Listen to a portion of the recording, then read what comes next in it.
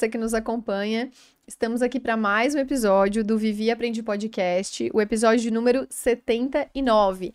É um episódio que nós estamos gravando aqui num estúdio em Balneário Camboriú. E antes de eu apresentar o meu ilustre convidado de hoje, eu quero só te comunicar, principalmente se você é novo por aqui, que todo sábado, às 10 da manhã, nós temos um novo episódio que vai ao ar, tanto pela Rádio Porto Gravatá, como pelo Facebook da rádio, ou lá nos canais do Vivi e Aprendi Podcast, no YouTube ou no Spotify. E lá no Instagram, @Vivi e Aprendi Podcast, sempre tem também aqueles melhores cortes, aqueles melhores momentos de cada episódio. E hoje eu vou entrevistar aqui uma sumidade, né? Uma sumidade, o Dr. Arnone Caldarte. Ele que é um médico, neurocientista, palestrante, autor best-seller, vai mostrar os livros, tem 3 livros publicados, ele tem mais de 1 milhão de livros vendidos, já configurou lá no topo da lista da Amazon, Publish News, que são bastante importantes no ranking deles, né? Ele também é membro da Academia de Letras em Balneário Camboriú e ele aplica os princípios de neurociência no ambiente de trabalho para justamente aumentar o engajamento das equipes, a produtividade e, obviamente, o resultado. Então, a gente vai tentar agora, nesse momento, né, invadir a mente do Dr. Arnone para entender um pouco mais de neurociência, entender essa história dele, a jornada dele, como ele foi construindo isso e tudo que ele ensina para todo mundo. Então, a gente quer aprender demais. Dr. Arnone, muito obrigada por estar aqui conosco e seja muito bem-vindo ao Vivi e Aprendi Podcast. Eu que agradeço o convite, né? Vivi e aprendi é uma coisa, são 2 palavras, mas a importância é muito grande, né? E eu já vivi bastante e aprendi bastante, né? E estou aprendendo ainda, né? Então é muito bacana ser convidado, poder falar um pouco sobre isso aí, sobre a minha trajetória, a minha carreira, conhecer pessoas, né? Os espectadores de vocês, que certamente em certo momento podem interagir, né? E a gente conversar um pouquinho sobre nós, né? A vida, né? Eu sempre digo assim, ó, tudo começa, eu sou médico, né? Tudo começa pela cabeça, inclusive as doenças. Olha lá, já começamos assim. Inclusive as doenças. Tá, deixa eu entender uma coisa, assim. Porque o senhor é médico otorrino. Sim. Que mais? Eu sou médico, originalmente, né? Minha formação primeira, né? É de médico geral, né? Aham. Na Universidade Federal de Santa Maria, no Rio Grande do Sul. Depois eu fiz especialização em otorrinolaringologia em Porto Alegre, na Santa Casa. E aí fui trabalhar. Fui para o Exército, né? Como oficial do Exército. Trabalhei num hospital militar.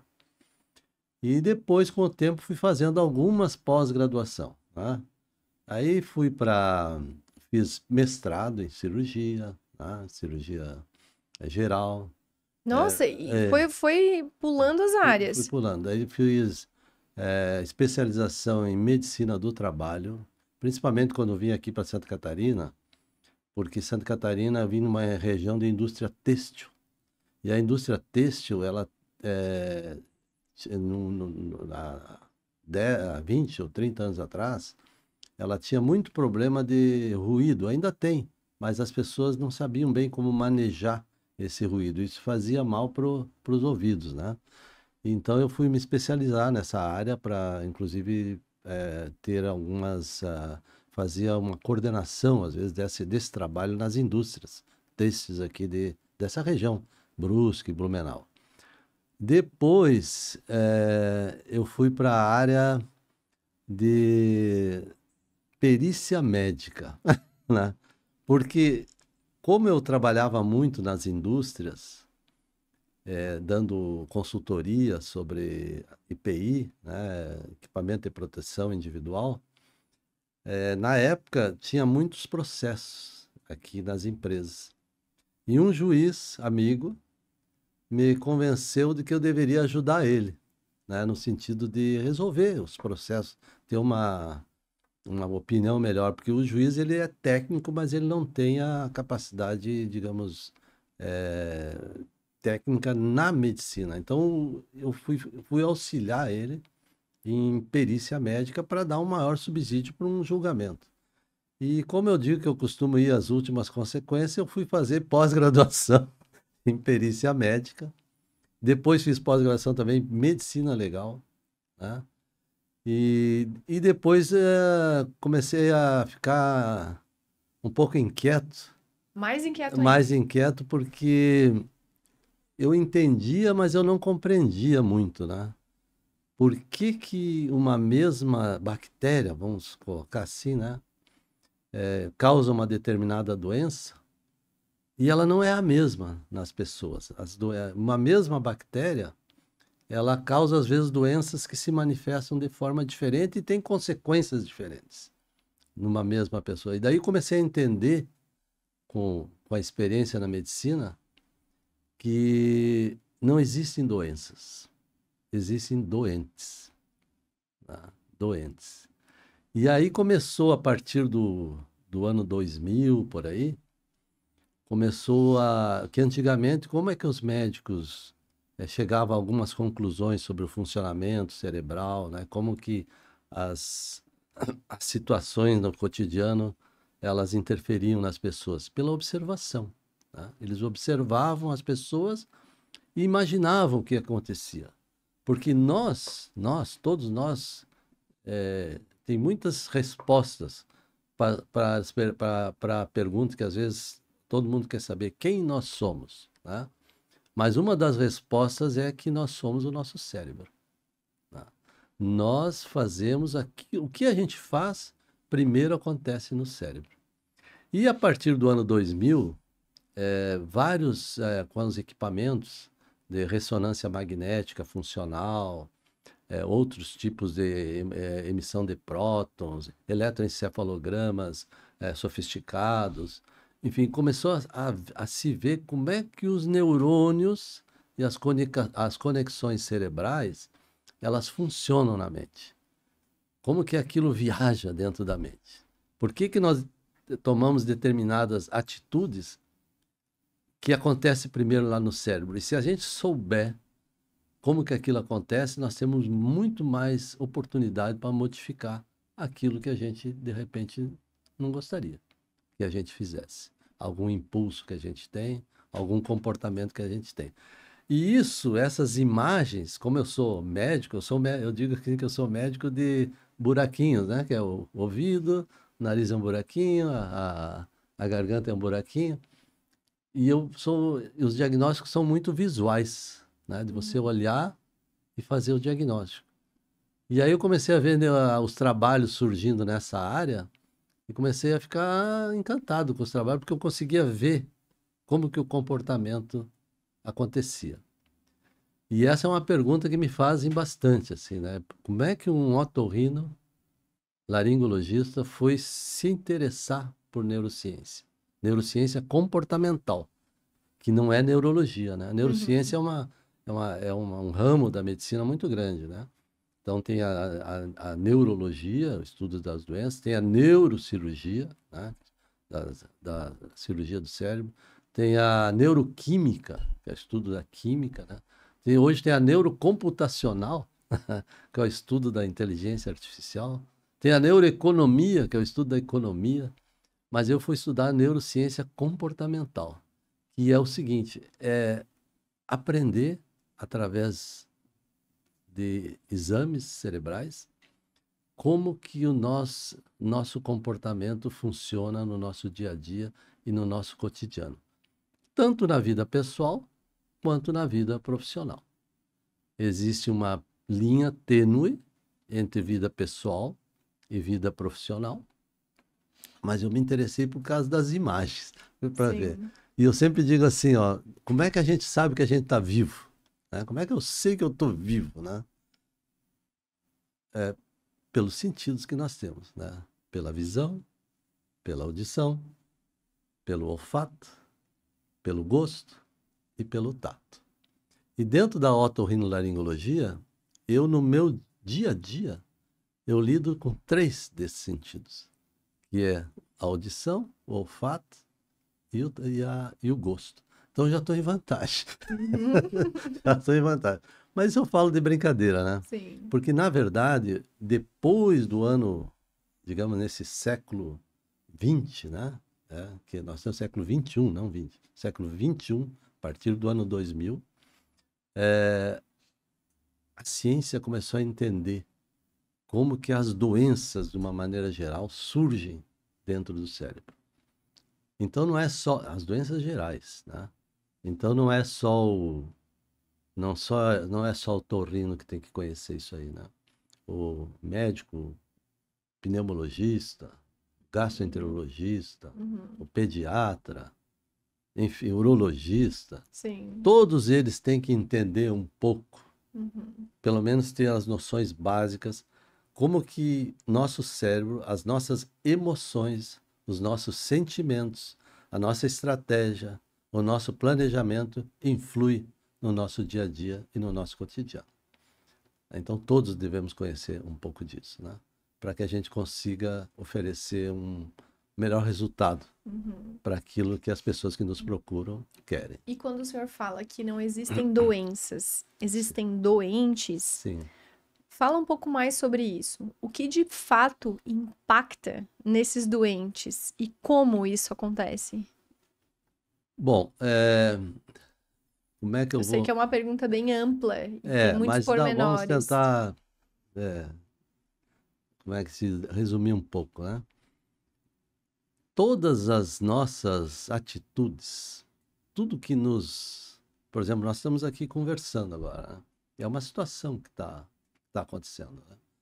Um ambiente tranquilo, né? Provavelmente não vai, digamos, facilita meu raciocínio, né? Agora, vamos supor que agora deu um barulho lá fora muito grande, um estouro, possa parecer uma bomba.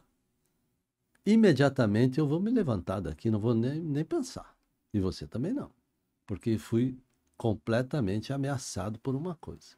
Meu cérebro primitivo, aqui de trás, diz assim, corre que o perigo está aí.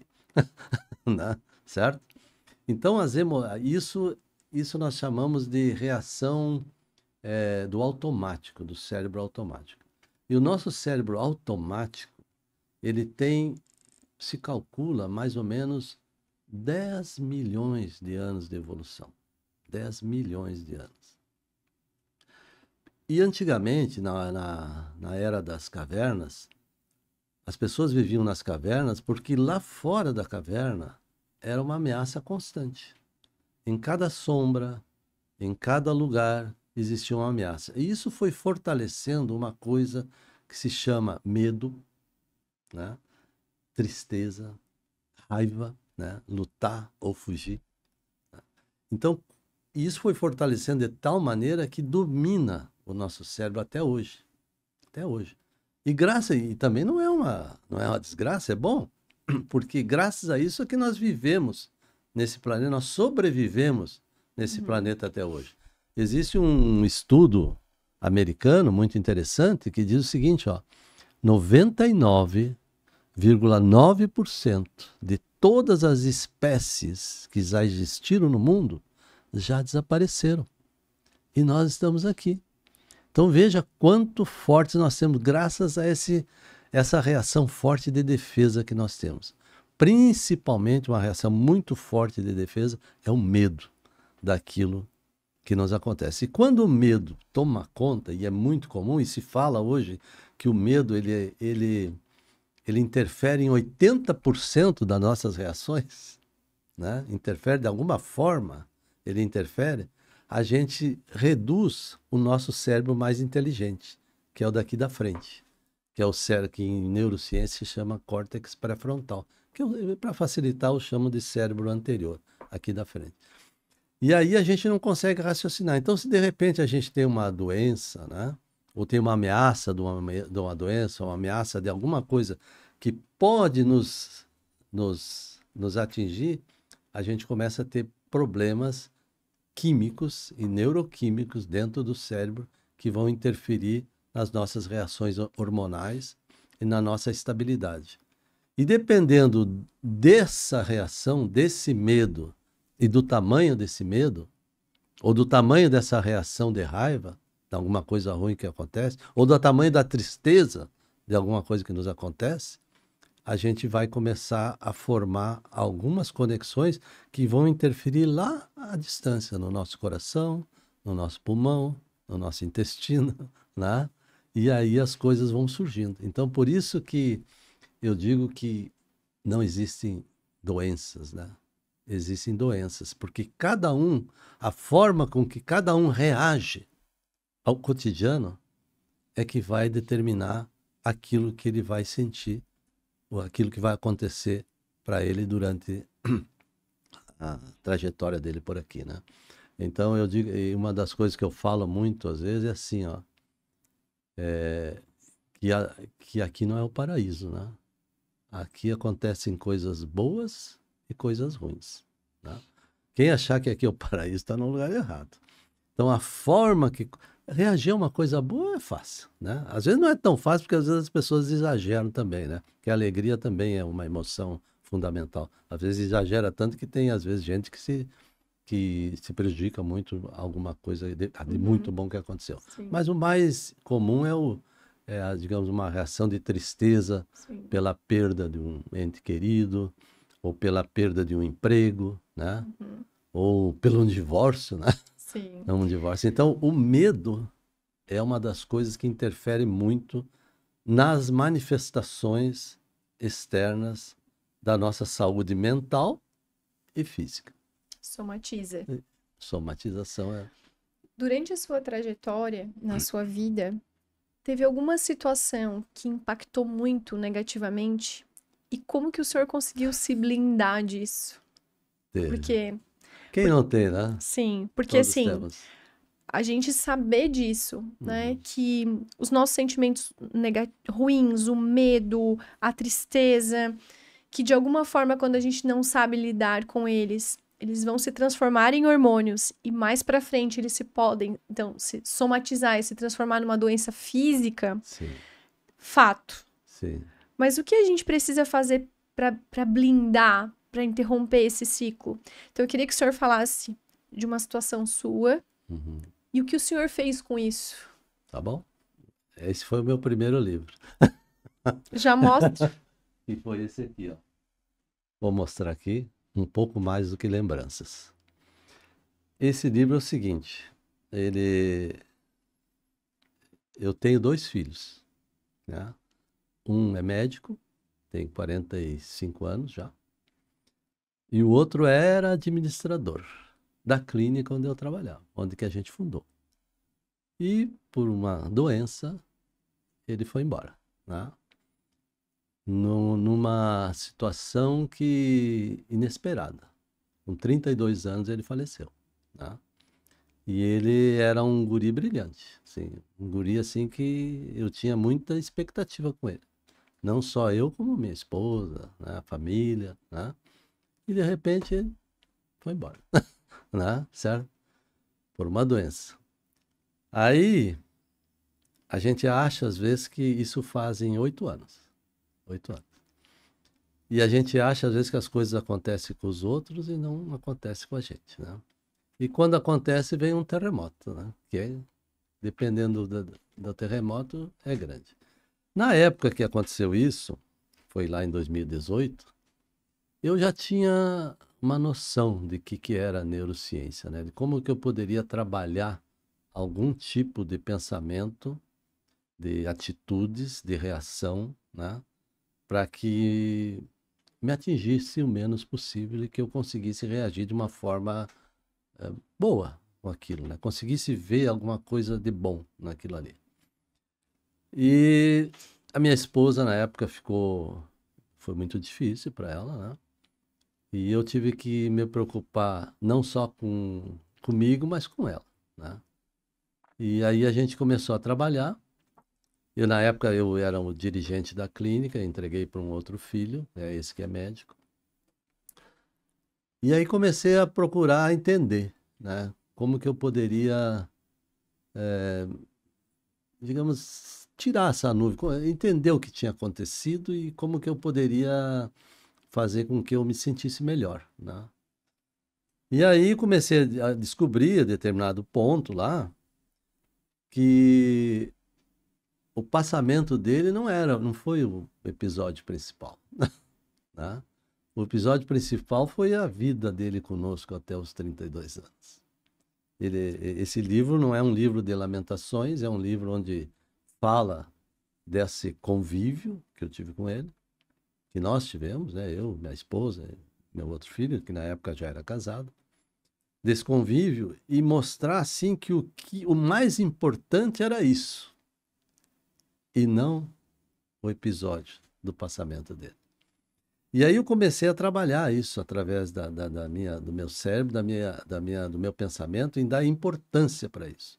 E existem vários trabalhos que mostram que quando você foca no bom, você reduz o que é ruim. O teu cérebro, ele gosta de te ajudar, ele não gosta de te prejudicar. Aí você começa a formar mais conexões cerebrais para que você foque no bom. A ponto de eu poder, assim, chegar hoje aqui e dizer assim, olha, hoje o meu sentimento é de gratidão por eu ter convivido com ele 32 anos. Porque eu aprendi muito com ele. Minha esposa aprendeu muito com ele. Ele veio aqui, era sabe, um cometa que dá um clarão e quando tu pensas, meu Deus, né, como é que tá aqui, ele vai embora, né? E aí você fica no escuro e você tem que achar aquele clarão novamente, né? Certo? Então, hoje o meu sentimento é esse, né? De gratidão por eu ter convivido com ele, porque eu aprendi que o principal era a história que eu ia contar para o meu cérebro. Entendeu? Então, o principal, isso eu transporto para tudo, né? Tudo que eu digo, coisas que acontecem, principalmente as coisas que não são muito boas, né? É assim, o principal de tudo é o que você vai contar. O que você vai escolher para contar para o teu cérebro. Se você escolher, por exemplo, se você está... Dá um exemplo aleatório aqui, né? Você tem um emprego. Fazer uma alegoria, né? Que é ótimo, mas de repente você foi demitido daquele emprego. O que você vai contar para o teu cérebro? É a hora da demissão, que provavelmente alguém não gostou, ou você fez alguma coisa que não agradou, ou é a hora que você aprendeu alguma coisa com aquele emprego? Porque se você contar aquilo que você aprendeu, provavelmente, e com muita certeza, isso aí vai servir, vai te alavancar para o outro, né? Então você tem que ter essa noção do que... Porque isso muda o cérebro, não só psicologicamente, não é uma coisa abstrata, é uma coisa física. São neurônios, são conexões, né? São desenvolvimento de determinadas partes do cérebro. Hoje se sabe, não se sabia isso, mas isso é até um motivo que um cientista ganhou um prêmio Nobel de medicina por causa disso, que o cérebro se transforma de acordo com os teus pensamentos. Tem um pesquisador que é o senhor deve conhecer, o Martin Seligman, Sim. que pesquisa felicidade, Exato. gratidão. Tem Como é a psicologia positiva. E tem um estudo dele que outro dia eu li, até um estudo que eu cito também em palestras, que ele acompanhou um grupo de pessoas que tinham problemas de depressão, ansiedade, e eles fizeram durante apenas 7 dias um exercício diário de agradecer por 3 coisas que tinham acontecido no dia e o porquê delas terem acontecido. Então, todas as pessoas eram incentivadas a fazer isso. E o resultado foi que até mesmo durante 6 meses, porque o exercício foi feito durante 7 dias apenas, o efeito na melhora, na depressão e na ansiedade tinha se perpetuado em até 6 meses depois dessa técnica, né? Então, dizendo que justamente o que o senhor falou de a gente olhar o lado bom das coisas, olhar com gratidão aquilo que aconteceu, porque tudo, por mais doloroso que seja, sempre se tira algo de bom, né? Se tira algo de bom. Então, isso a ciência tem provado cada vez mais o quanto ser grato, o quanto ter essa percepção positiva, né, pode impactar. Isso muda neurônios, né? Muda aumento dos neurônios. Pois eu queria que o senhor falasse um pouco sobre a neuroplasticidade, né? Que não é um nome muito familiar para as pessoas, então que explicasse um pouquinho sobre isso e como isso acontece, o que a gente é capaz de fazer com o nosso cérebro? O que a gente é capaz? O que a gente é capaz de fazer com o nosso cérebro? Eu digo assim, ó, muitas vezes você não sabe o que é capaz de fazer, mas tem muita coisa que você pode fazer, né? Tem várias histórias, eu vou contar uma. Quando eu me formei, no final da década de 70, 1970, eu aprendi na escola de medicina que todas as células do nosso organismo se regeneravam. Todas. Mas tinha uma exceção. Os neurônios. Os neurônios. Eu aprendi isso na minha graduação também. Os neurônios. Tu também aprendeu? Aprendi isso. Pois é. Uhum. E tu é bem mais nova que eu. Sou formada há 17 anos, então foi há 17 anos atrás. Quer dizer, não faz muito tempo. Não faz muito tempo. Não faz muito tempo. Aí, teve um neurocientista austríaco, naturalizado americano, que não se conformou com essa história. E ele começou, pensa nisso, ele começou a estudar lesmas. Lesmas, essas que você conhece. Eric Kandel. E ele, na época, ele foi um pouco ridicularizado por isso, viu? Porque, como assim, né? Eu pago imposto para você estudar lesmas? Certo? Explica esse negócio aí, né? Mas ele começou a estudar lesmas porque as lesmas eram abundantes, os neurônios eram grandes e tinham poucos neurônios. Poucos. Eram mais fáceis de estudar no microscópio, que não eram como hoje. Lá na década de 90 e tal, não eram como hoje, não tinha essa ressonância magnética funcional que hoje vê tudo. E conforme ele cutucava esses neurônios ficavam mais fortes, mudavam um pouco de função, de vez em quando aparecia um outro neurônio. Aí ele pensou assim, mas escuta, se os neurônios das lesmas se modificam, será que os neurônios dos seres humanos não se modificam? E com essa pergunta, ele abriu uma porta muito grande, já a partir do ano 2000, e os cientistas começaram a estudar agora com as imagens, os neurônios dos seres humanos. E viram, incentivados por esse estudo, de que os nossos neurônios eram muito mais flexíveis do que os neurônios das lesmas. Óbvio, não é mesmo? Mas na época não era óbvio assim, né? E por essa descoberta, por esse insight que ele teve de estudar isso aí, ele ganhou o Prêmio Nobel de Medicina do ano 2000. E hoje se sabe que o que eu aprendi, que a gente nascia com um determinado número de neurônios e com o tempo eles só iam morrendo, né? Que nós estávamos condenados a no avançar da idade a ter um pouco número de neurônios. Mas hoje se sabe que o nosso cérebro, desde que nós nascemos, até quando nós, no final da nossa vida, nós modificamos o nosso cérebro em pelo menos 50% das células. 50%. Pelo menos. Tem gente que diz que é mais, mas hoje ninguém mais discute os 50%. E como é que a gente modifica esses neurônios? Podemos modificar para melhor ou para pior. Não é mesmo? Eu imagino que, melhor... ficar só assistindo televisão e rede social deve mudar para pior, não? É uma das coisas que hoje está sendo muito discutida. Dependendo do conteúdo que se consome, digamos. Então, assim, hoje se sabe isso, então, e aonde é a fonte dessa modificação? Na nossa rotina diária, naquilo que a gente faz diariamente, né? Como que a gente reage a isso? Por exemplo, você me convidou para esse podcast hoje. E se eu ficasse em casa lá e dissesse, poxa, mas que chato, né? Eu quero ficar em casa, já vou falar, eu já dei quantos podcasts eu já fiz sobre isso. Se eu ficasse pensando que, vou repetir uma coisa, eu vou aprender alguma coisa? Nada, eu não vou aprender nada. Agora, a forma como eu reajo né? Quando você me convidou, eu pensei assim, é mais uma oportunidade para eu falar alguma coisa e aprender, porque certamente estou aprendendo alguma coisa aqui. Isso é um aprendizado contínuo. Quanto mais você fala, mais você faz com que você entende, né? Eu tinha, eu vou fazer uma brincadeira aqui agora.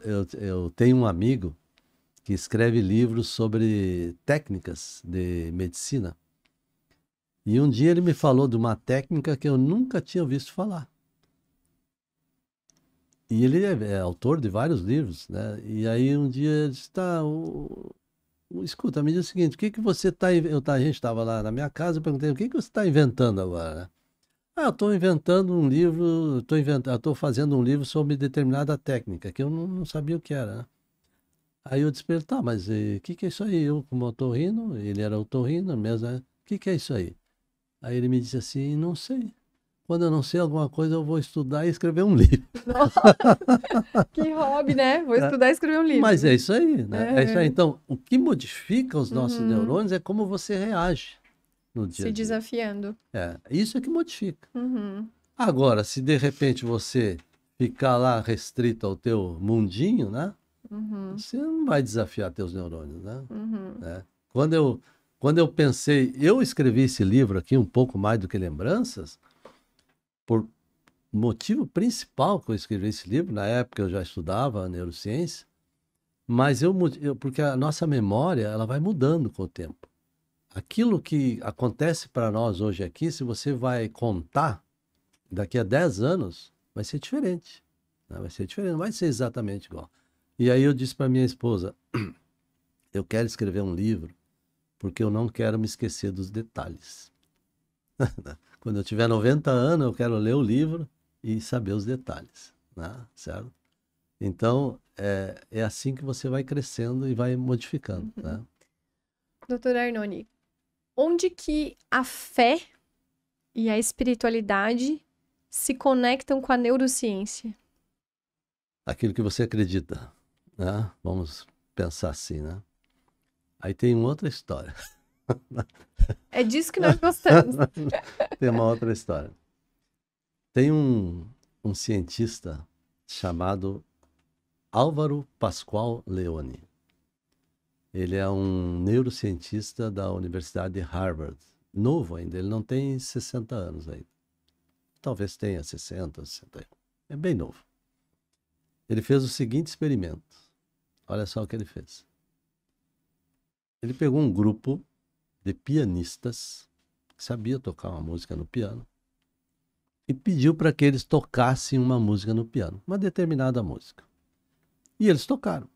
Enquanto eles estavam tocando a música no piano, ele fez um scanner do cérebro deles. Estava fazendo um scanner ao mesmo tempo. Aí ele viu lá numa determinada parte que os neurônios começaram a se agrupar para dar aquela habilidade para aquele pianista, que é uma habilidade que eles já tinham. Até aí, tudo normal. Era o que era realmente esperado, né? Mas aí, ele pegou um grupo de pessoas que não sabia tocar piano. Não sabia. E pediu para que elas pensassem naquela música e tocassem aquela música no seu piano mental. E botou um scanner no cérebro delas. O que ele viu? Que no mesmo local, aquelas pessoas que sabiam tocar, começou a se agrupar neurônios iguais àqueles dos pianistas para já dar aquela habilidade àquela pessoa. E ele fez até um cálculo, que 30% dos neurônios já começavam a se formar para dar uma habilidade que elas não tinham, para elas modificar o cérebro de uma coisa que elas não tinham. Então, quais as consequências disso, né? Se você você amplia teu horizonte, né? Quais as consequências disso? Você é muito mais poderoso do que você imagina. Então, se você imaginar, né, que você tem alguma coisa a mais do que o material, o teu cérebro vai te ajudar e vai formar neurônios e formar conexões para que você enxergue essa alguma coisa a mais. Agora, se você não acredita, ele vai formar neurônios para dizer que não acredita e você não vai enxergar. Aí nós chegamos naquela dilema, né? É ver para crer ou crer para ver, né? Eu tive épocas na minha vida que eu achava que eu tinha que ver para crer. Hoje eu já digo assim, eu já sou mais do crer para ver. No momento que eu creio, e aí eu posso colocar a fé, posso colocar o relacionamento, posso colocar o meio ambiente, pode colocar a minha realidade. No momento que eu creio nisso, o meu cérebro começa a me ajudar para que eu viva aquilo ali e que eu transforme a minha realidade. Nós vivemos, a realidade que nós vivemos, que eu vivo, que você vive, que as pessoas que estão nos vendo vivem, é a realidade que elas criaram dentro do cérebro delas, primeiro dentro do cérebro e depois aquilo foi se transformando. Então, a espiritualidade eu entendo espiritualidade como uma coisa mais do que o material. Nós temos o material. Tem aquela discussão, alma ou consciência, né?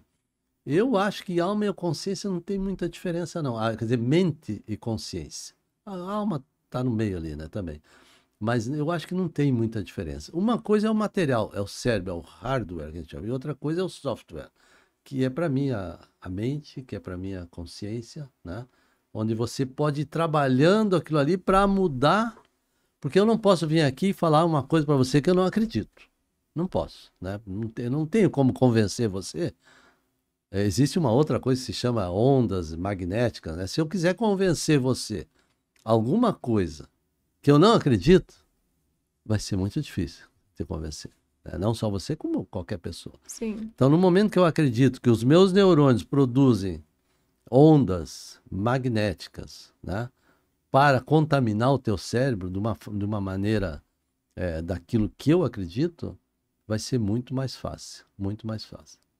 Então eu acho que a espiritualidade ela se desenvolve muito no princípio assim, de uma forma de que você queira acreditar naquilo ali. E hoje os cientistas, de uma maneira geral, eles acreditam na espiritualidade que tem alguma coisa a mais do que simplesmente o material.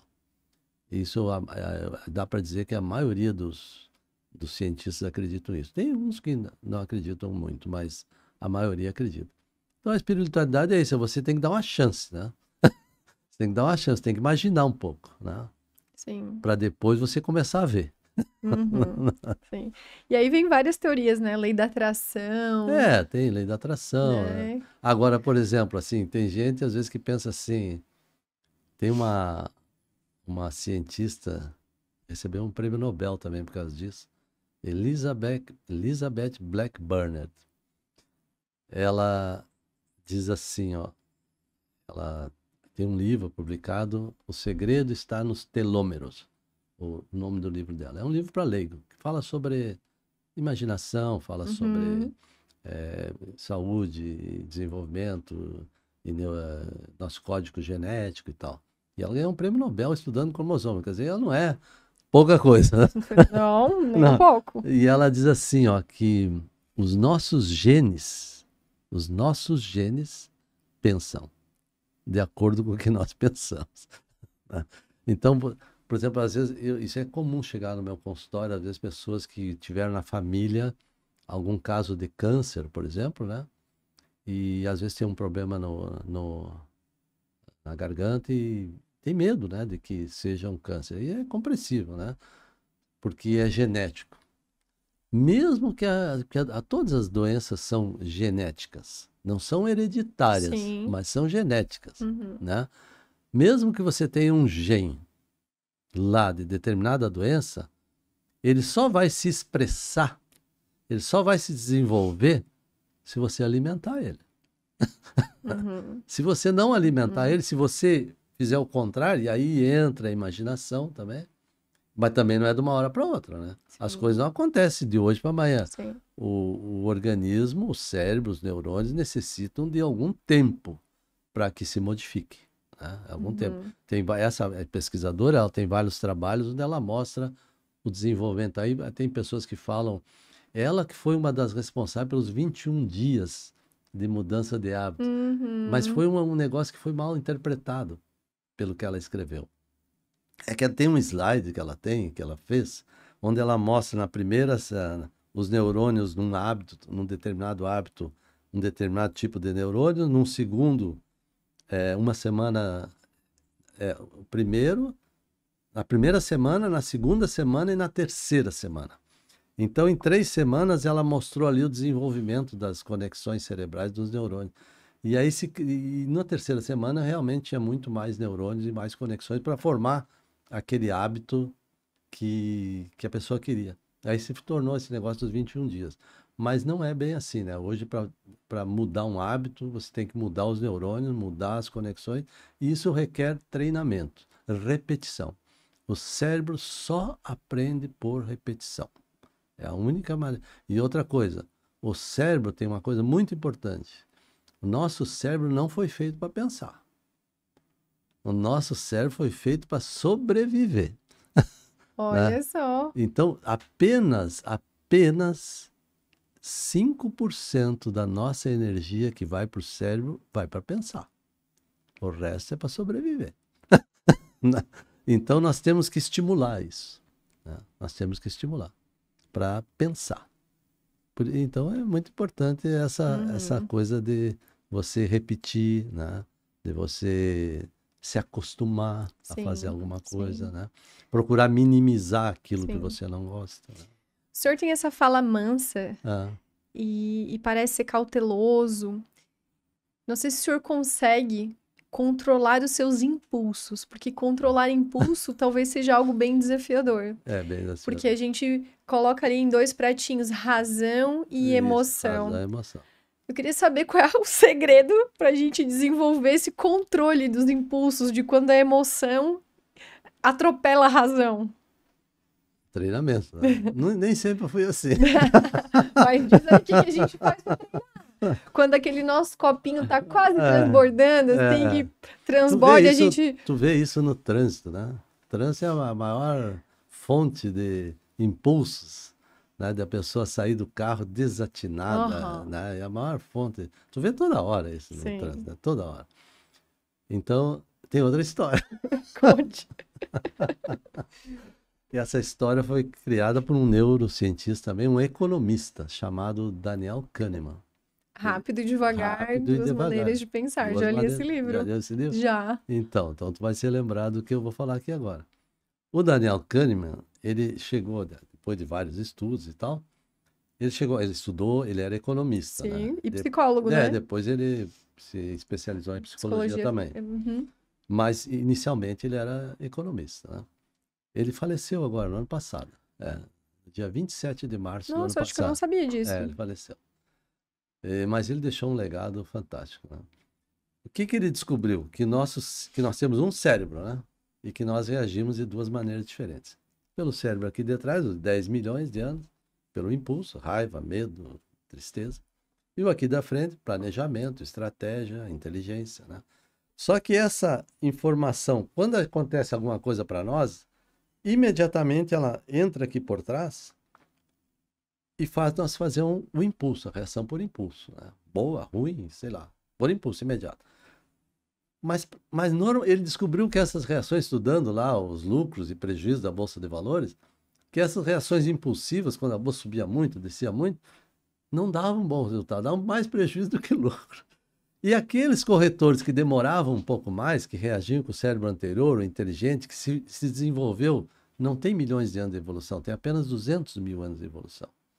Mas ali mora a inteligência. Quando os humanos começaram a se reunir em volta da fogueira e começar a pensar em estratégias para derrotar os seus predadores, que eram mais fortes, eram maiores, né?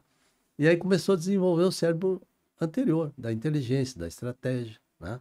Só que essa velocidade daqui para chegar um impulso que nos faz reagir imediatamente, para ele chegar até aqui, para nós ter uma resposta mais inteligente, demora pelo menos 6 segundos. E 6 segundos é muito tempo. Pode ser uma diferença entre uma vida e uma morte. Né?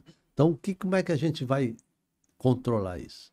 Treinamento. Não tem outra maneira de treinar. Esses dias me perguntaram, mas como é que eu vou fazer esse treinamento no meu dia a dia, né?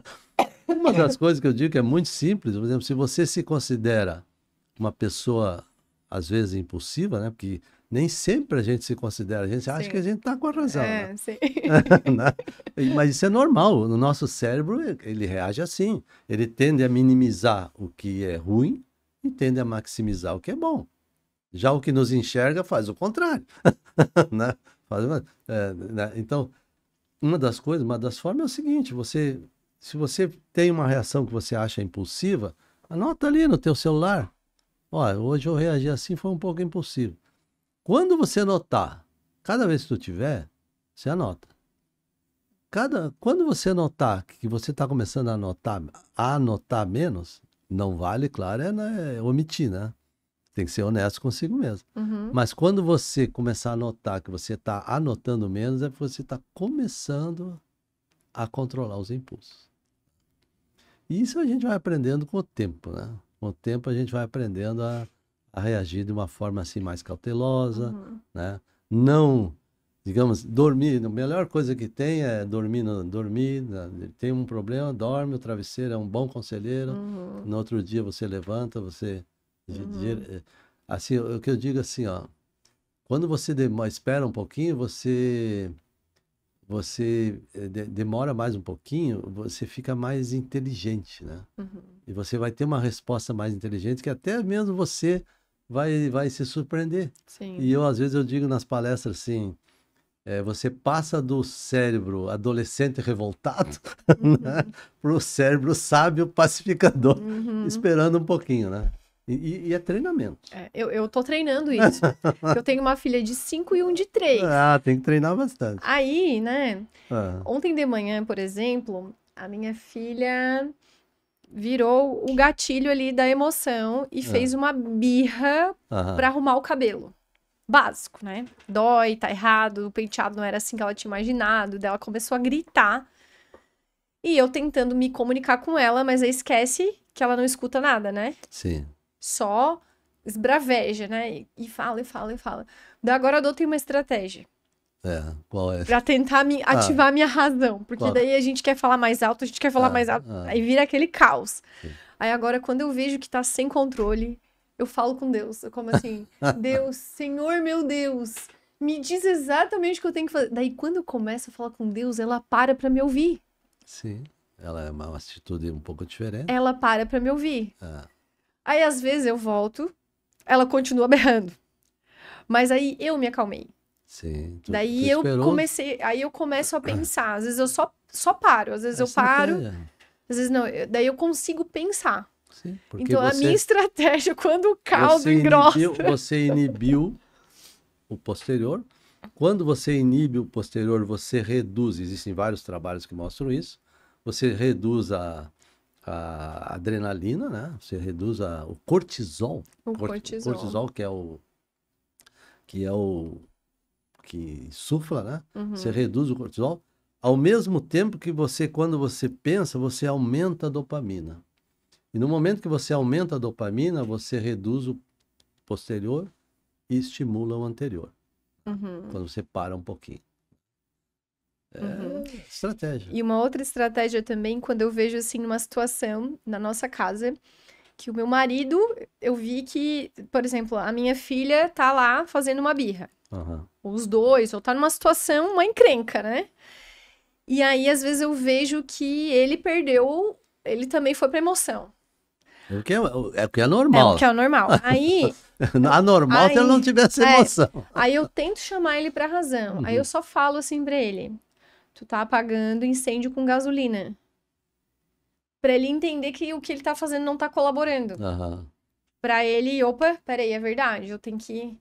Porque é muito complexo, né, educar uma criança. Porque aí tem a questão da autoridade, do não sei o quê, da ordem. Então, assim, mas se a gente não se autorregular, a gente não consegue regular a criança, né? E a criança, ela vai começar a ter um discernimento, assim, um pouco melhor do que está sendo bom para ela aprender mesmo de verdade, a partir dos 9, 10, 11 anos. Até lá ainda, então, eu achei que o senhor ia falar, não, com 6 anos. Senhora! Jesus! Nossa Eu vou Senhora! ter que ter muita estratégia de Nossa Senhora! Isso quando tu tiver sorte, né? Porque tem alguns que... Tem alguns que nunca regulam, né? Tá bom, vamos lá. Nós estamos chegando nos minutos finais. Eu queria que você apresentasse seus outros Eu livros tenho mais 2 livros publicados e já falasse pra gente como que faz pra adquirir. Tem na Amazon. na Amazon. Os 3 Tá. estão na Amazon. Esse é o meu segundo livro, Ative Sua Mente, né?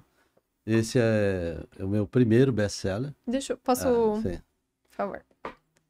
Esse livro até hoje já vendeu mais de 1.300.000 unidades. Uau! E Fiquei curiosa ele pra ler. ficou, ele é um livro para leigos, né? Eu faço que nem o meu amigo aquele. Quando eu não sei uma coisa, eu vou escrever. Ah, E aí eu escrevi esse livro e ele foi assim muito bem aceito pela crítica, pelo público. E hoje, digamos, por causa desse livro, eu comecei a escrever, ele foi para as paradas lá, deu os rankings e tal. Comecei a ser chamado para dar palestra e explicar o livro. Aí cheguei a ir até para o Japão, dar uma palestra no Japão por causa disso. uau! Agora, Em japonês? não, em português. Porque Quer lá dizer- eu fui para uma feira lá de imigrantes da língua portuguesa e aí fui dar uma palestra lá. Foi uma brincadeira que eu fiz em japonês. Porque o senhor é tão inquieto de estudar tudo que você é capaz de querer aprender japonês. Tô brincando. E o outro qual E que esse é? aqui é o empreender, porque agora, depois de alguns anos, eu comecei a me nichar mais na neurociência aplicada ao trabalho, né? Como que os funcionários e líderes e empresas, elas podem melhorar o funcionamento cerebral para ter melhor resultado no engajamento, no relacionamento entre eles, no relacionamento com líderes.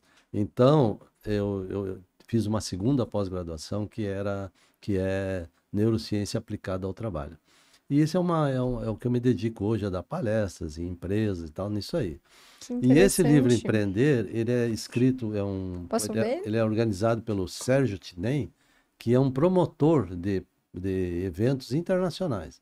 Ele que me levou para o Japão e está me levando agora novamente para o Japão, vou para Lisboa também, possivelmente, dar uma palestra.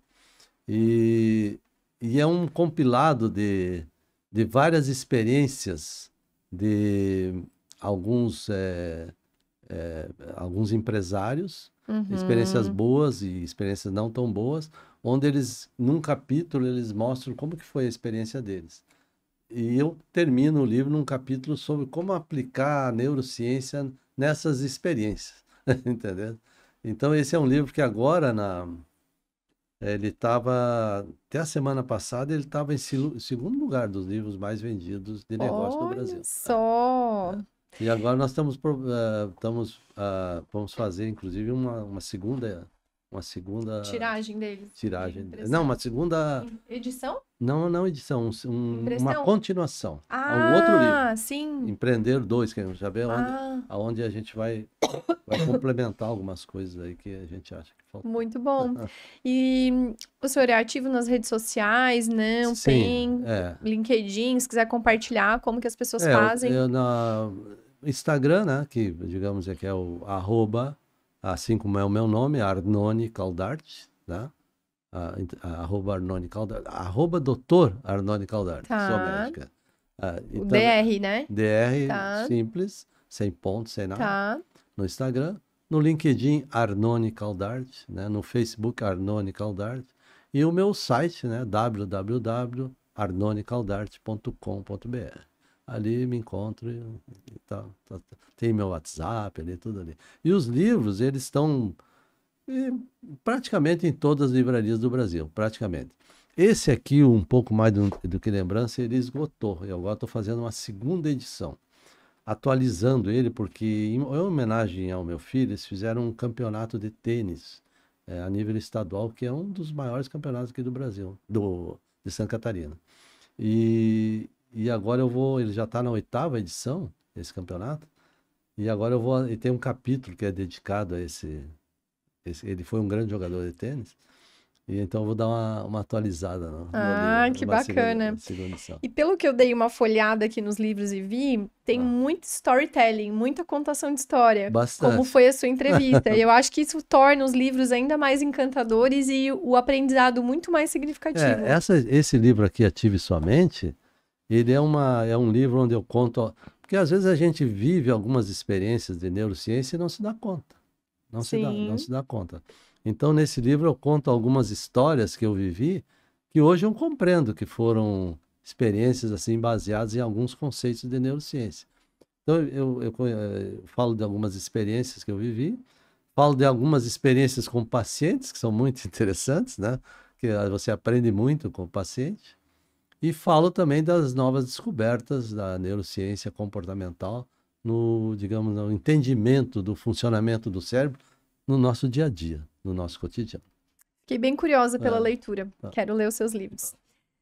Bom, nós estamos chegando no final. Nós poderemos conversar sem dúvida nenhuma por umas 5 horas, mas nós temos que. É, mas nós temos que finalizar por hora. Então, essa é uma pergunta final que, embora a gente não tenha falado de muitos pormenores da sua própria trajetória, mas deu para entender algo que é que o senhor faz muita neuroplasticidade aí no seu cérebro, né? Estudando, estudando, estudando, se desenvolvendo com uma curiosidade que nunca tem fim e também compartilhando com as outras pessoas, promovendo esse desenvolvimento humano de quem está ao redor, né? Então, eu queria que o senhor, agora, nessa pergunta final, passasse a régua na conta da sua vida, fizesse uma conta rápida aí dessa sua trajetória, de todas essas fases que o senhor viveu, de todas as buscas, dos aceitos, dos erros, das descobertas, porque certamente toda pessoa traz uma grande lição Uhum. com a sua trajetória, com a sua vida, né? Então, se nós fôssemos resumir numa frase, eu, Arnone, vivi o que vivi e aprendi que. Vou, vou falar de uma coisa que eu desenvolvo numa das palestras minhas, que é assim, ó, eu tenho uma boa experiência em algumas áreas, tanto na área médica como na área empresarial, né? E, e a gente vai vivendo, né? Com o tempo, vai vivendo, vai tendo experiência, conhecendo pessoas, vivendo. E eu sempre fui um pouco, já deu para notar que eu fui um pouco inquieto, né? Buscando sempre. Eu tenho uma coisa que hoje se fala muito, mas sempre tive, desde criança, que é uma coisa que é assim, aprendizado contínuo, né? Eu era muito curioso em saber como que funcionavam as coisas. Nunca me esqueço daqueles, como é? Star Trek? Não, Guerra nas Estrelas. Star Wars. Star Wars, de 1962. Aquilo eu era apaixonado por esses dias, até vi novamente, né, para me lembrar desse. Então, eu sempre fui muito inquieto assim. Então, eu digo assim, ó, a gente trabalha para viver e para ter uma boa realização pessoal, né? De se sentir bem, enfim, de estar integrado no seu ambiente. Ninguém vive sozinho. Se te largar na mata, você vai morrer sozinho. Você precisa das outras pessoas. Isso é uma necessidade básica de todas as pessoas. E a gente tem que saber trabalhar com isso. E eu trabalho hoje, assim, ó, principalmente nas empresas, né? Que hoje tem a geração Z, né? Que às vezes as pessoas se queixam muito da geração Z, que são muito imediatistas e querem resultados rápidos. São, mas eles têm o lado bom, que é a questão do digital, né? Que hoje comanda o mundo, né? Então eu sempre digo assim, ó, quando eu consigo falar com alguém um pouquinho mais calmo, né? Que eu digo assim, olha, você tem que trabalhar não para ser insubstituível. Ninguém é insubstituível, ninguém. Mas você tem que trabalhar na tua vida para você fazer falta. Entendeu? Para você fazer falta. Então, se eu estou num emprego agora, e não é, normalmente a gente começa no emprego, não é o que a gente mais gosta, é o que tem. Isso é o normal, né? Se você trabalhar direitinho, isso vai servir para depois de qualquer coisa que você for. Mas você vai fazer falta lá se você trabalhar direitinho. Então, meu trabalho é para fazer um pouco de falta. Né? Esse é o meu trabalho. Deixar uma marca na vida das pessoas. Exatamente. Muito bom. Que baita episódio, que conversas bacanas, né? Muita informação e trazendo muitas reflexões sobre aquilo que nós cultivamos na nossa mente. Então, quem quiser complementar mais o conhecimento, está aqui a oportunidade, também acompanhando os conteúdos do Dr. Arnone. Lá no meu Instagram é só sobre neurociência, né? E ali pode me mandar um direct, geralmente muito difícil que eu não responda. Joia. E só ver ali, manda um direct, ali é só sobre algumas coisas que a gente falou aqui e mais outras coisas também. Joia, muito bom. Eu quero te agradecer por ter ficado até o final desse episódio. Espero que você tenha também gostado muito dessa conversa. E eu te vejo no próximo episódio com o apoio cultural de LD Espaço Odontológico. Tchau e até a próxima!